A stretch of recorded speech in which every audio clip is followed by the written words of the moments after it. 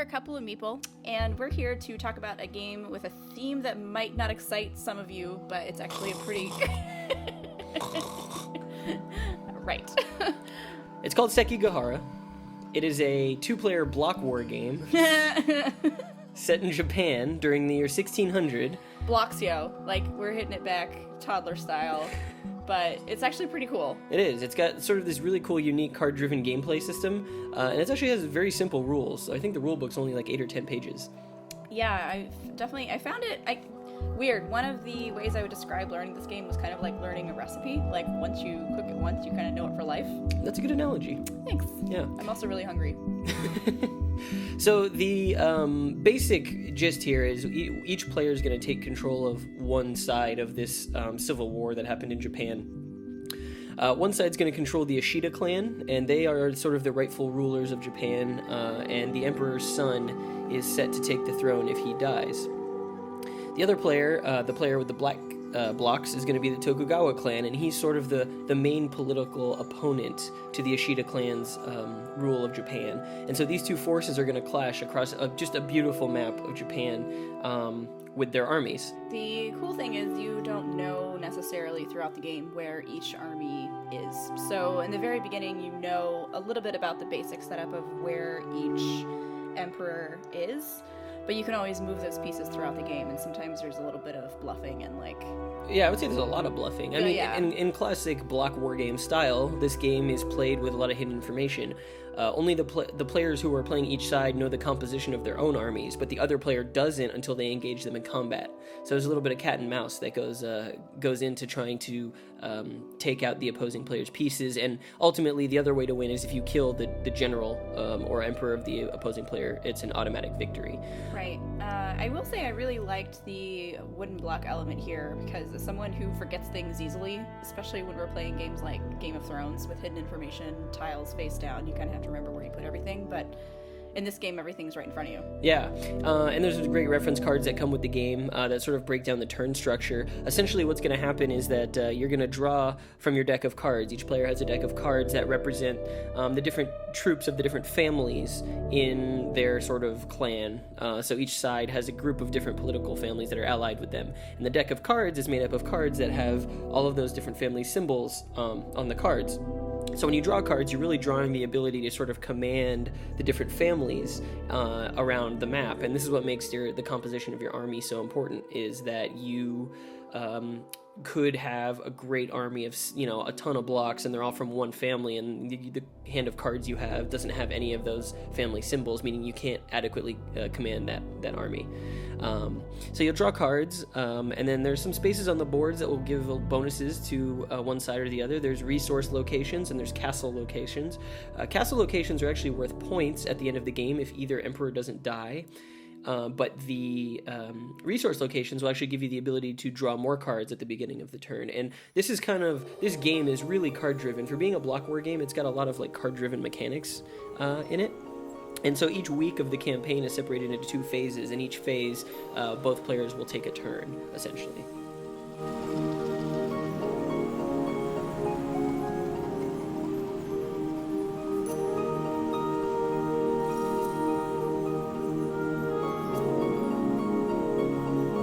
Take your turn, you're gonna look at your hand and decide if you want to muster some units, or maybe move them, or maybe, and you kind of like the hand you have and you want to hold on to it for maybe a battle that you think is coming up. In that case, maybe you want to hang on to them and not discard any.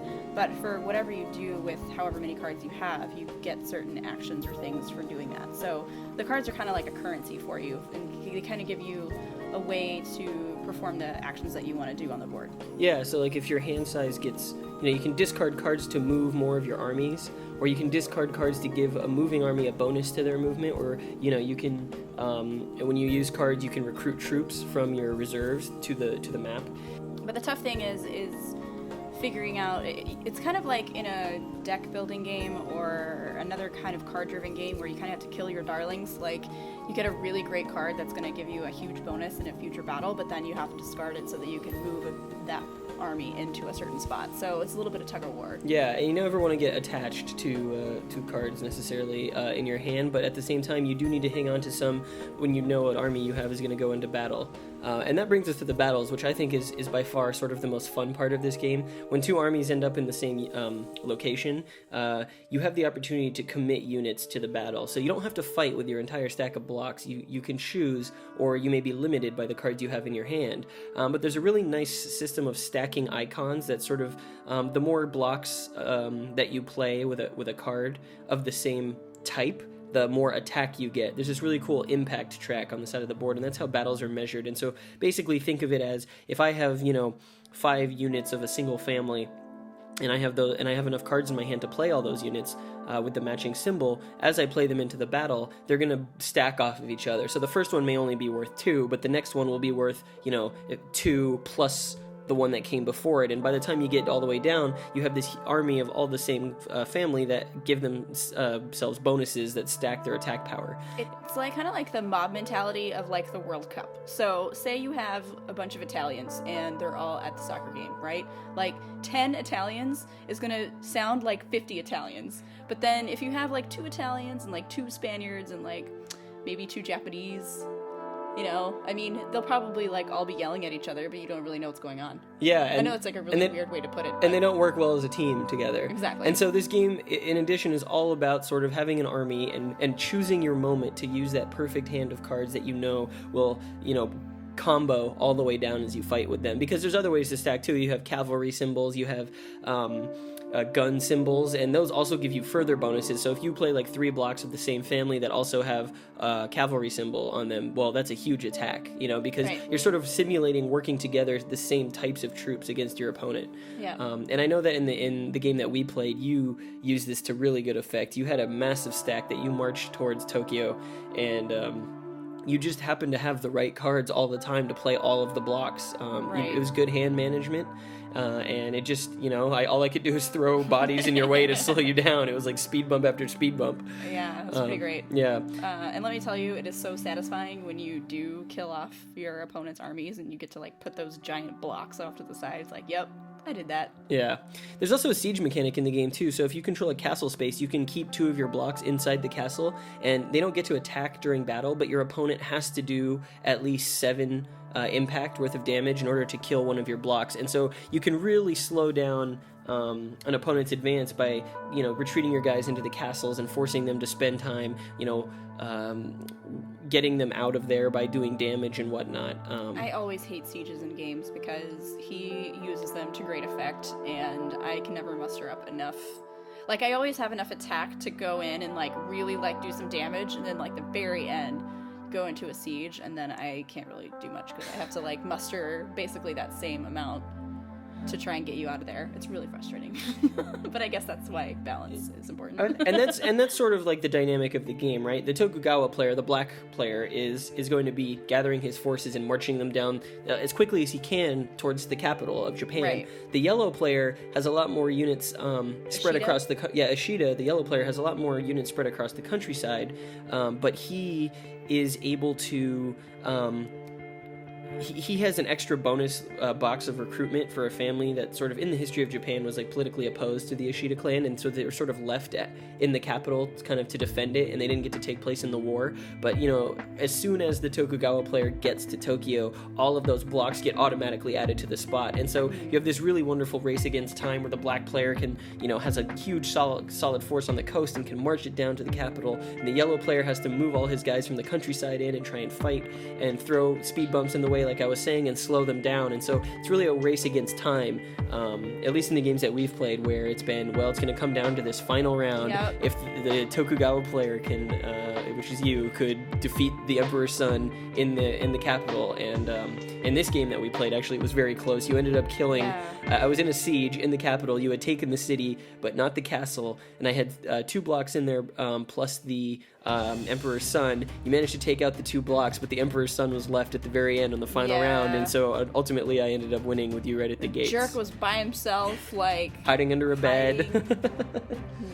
So annoying. So this is probably the part where we should talk about, I think, one of the coolest mechanics in this game. That's the loyalty challenge. So some of the cards, instead of having a family symbol on them, say loyalty challenge. And in combat, you get to play a loyalty challenge out of turn. So after your opponent has deployed a block to the battle, you can play a loyalty challenge card from your hand. And if your opponent cannot reveal another card in their hand of that same symbol, of the same symbol that they just played, then those soldiers that they mustered out into the battle actually flip sides and fight for you. And if you can deploy this right, if you can figure out the right battles and know when someone doesn't have another card matching that symbol in their hand, you can actually win when you are far outnumbered, because because the soldiers change sides. They go rogue on their master. It's a pretty great balance for, say, if I had like 6 blocks of the same clan or the same family, and I'm just like steamrolling him, and I've just like put out like 5 cards that all stacked on him, but then he throws out that loyalty and I reveal like a 3 icon block. Like, that just totally sets apart or rips apart my strategy there. Yeah, it's just a great mechanic, and the loyalty challenge stuff, I haven't used it too effectively against you, but in this game, there was that one moment as you're marching down the coast, just taking out army after army. I just needed 1 card. And I threw down the loyalty challenge, and your guys ended up defecting towards my side. It was really annoying. But well played, my friend. Thank you. Played. Thank you. Oh! Yeah? Yes! Yes! Yes! How many blocks do you have left on space? None! Alright, so how many goes to you? So this goes to me, the 3 goes to me. But it doesn't count, like, all these? No. Okay.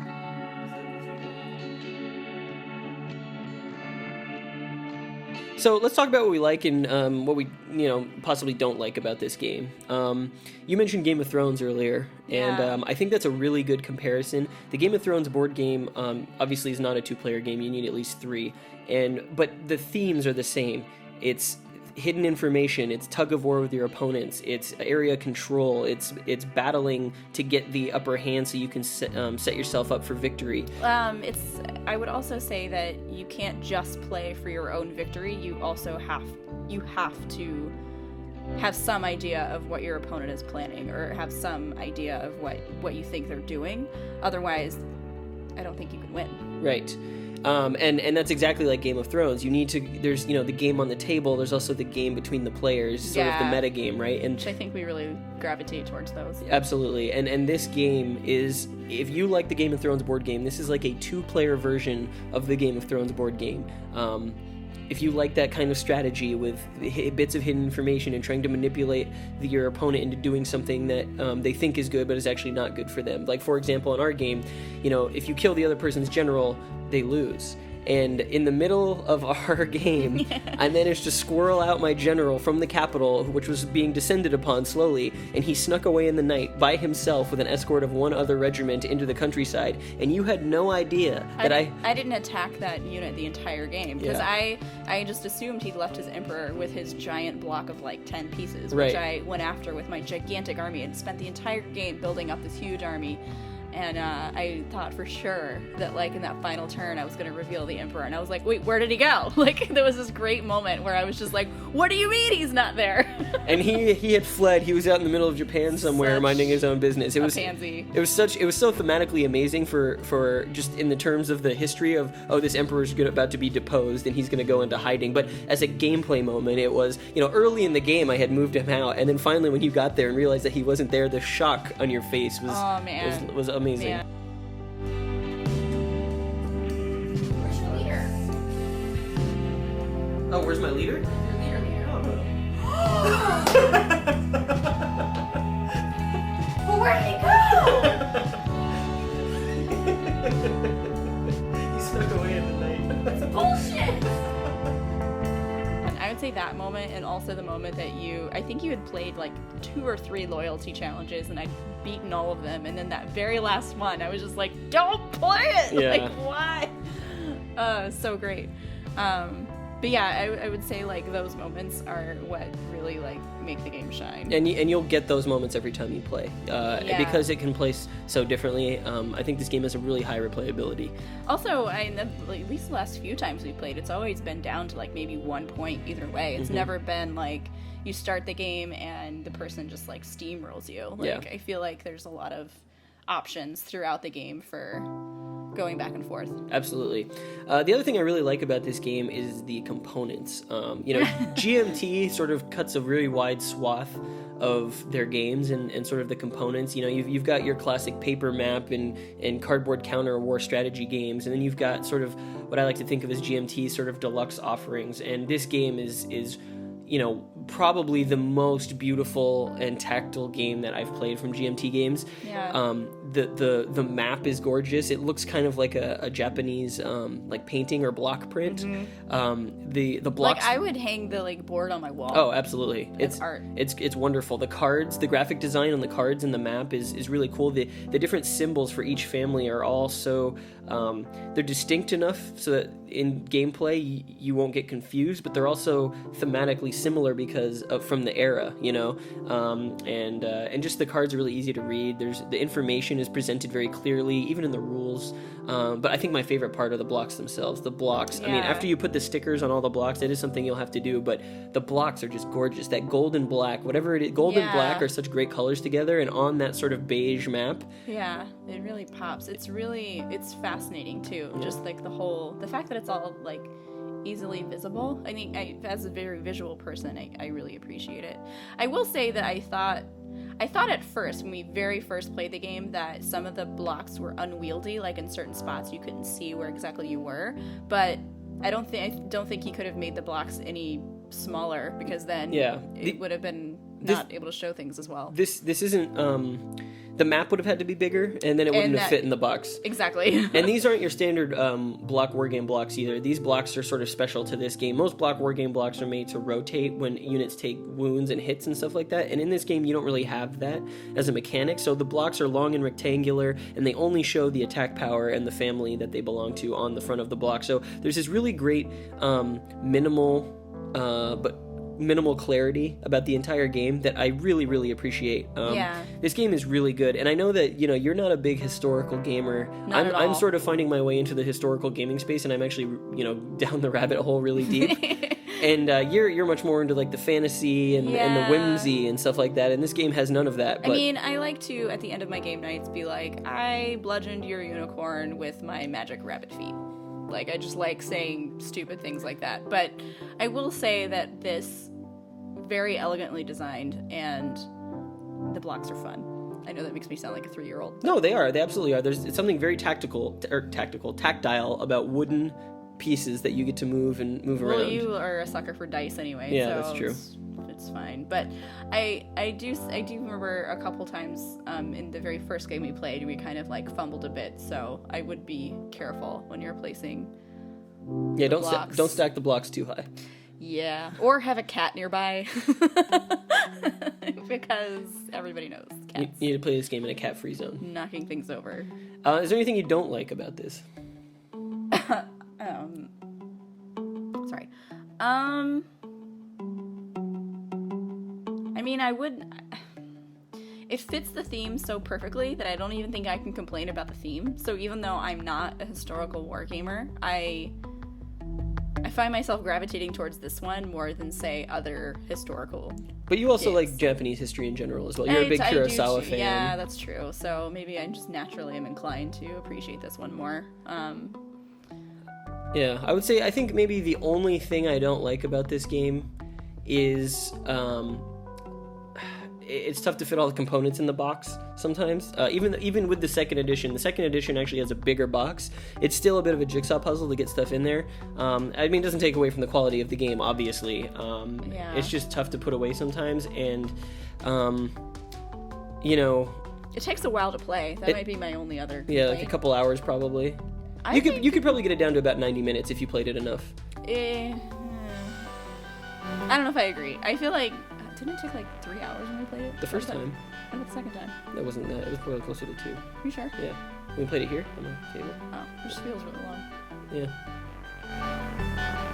I don't know. Maybe the time element could be a little bit better especially for a 2-player game. But I guess if you frequently game with someone who's into longer games, then maybe it's not a big deal. And I'm sure after you play a couple times, you could probably get it down to about 90 minutes. If you if you like two-player games that sort of challenge the person you're playing with, if you're into jockeying for position, if you're into sort of one-upsmanship, this game is really good for that. It's really good for that. As far as recommending this, giving it a rating, definitely 2 Najinatas in the air from me. I don't even know what that means. Najinatas are Japanese spears. Oh, okay. Okay. But it's fantastic. I kind of bought it on a whim, and I'm really happy I did. It's probably one of my favorite games two-player games specifically that I own. I could not recommend it enough. Rules are easy to get into. It's really fun to play. There's a lot of fun moments that you'll get while you're playing it, and it just looks great on the table. And it's really actually pretty easy to teach once you play a round or two. So, yeah, full marks from me. Yeah, I will say that if I had seen this in a store, I probably would not have given it a second look, but I encourage you to do so, and if you're the least bit interested, you should totally try it out. So I'm really glad you got it, because I don't think I would have played it otherwise. And I'm really glad that you play it with me, because I wouldn't have played it otherwise, because I wouldn't have had anyone to. Now we just need to play again so I can beat you. Yeah, we'll see. Anyways, that's going to do it for this episode. Thanks for watching, and of course, please hit the subscribe button if you like the channel and the content that we are doing, and please let us know if you have any requests in the comment section below, and we will do our best to try and get some episodes up of games that you guys want to see and hear about. We will play anything. We will. Actually, we probably have already played it, but we will play anything. Yeah. That is your challenge. And yeah, once again, thanks a lot, and we will see you next time. Yeah, thanks guys. Bye.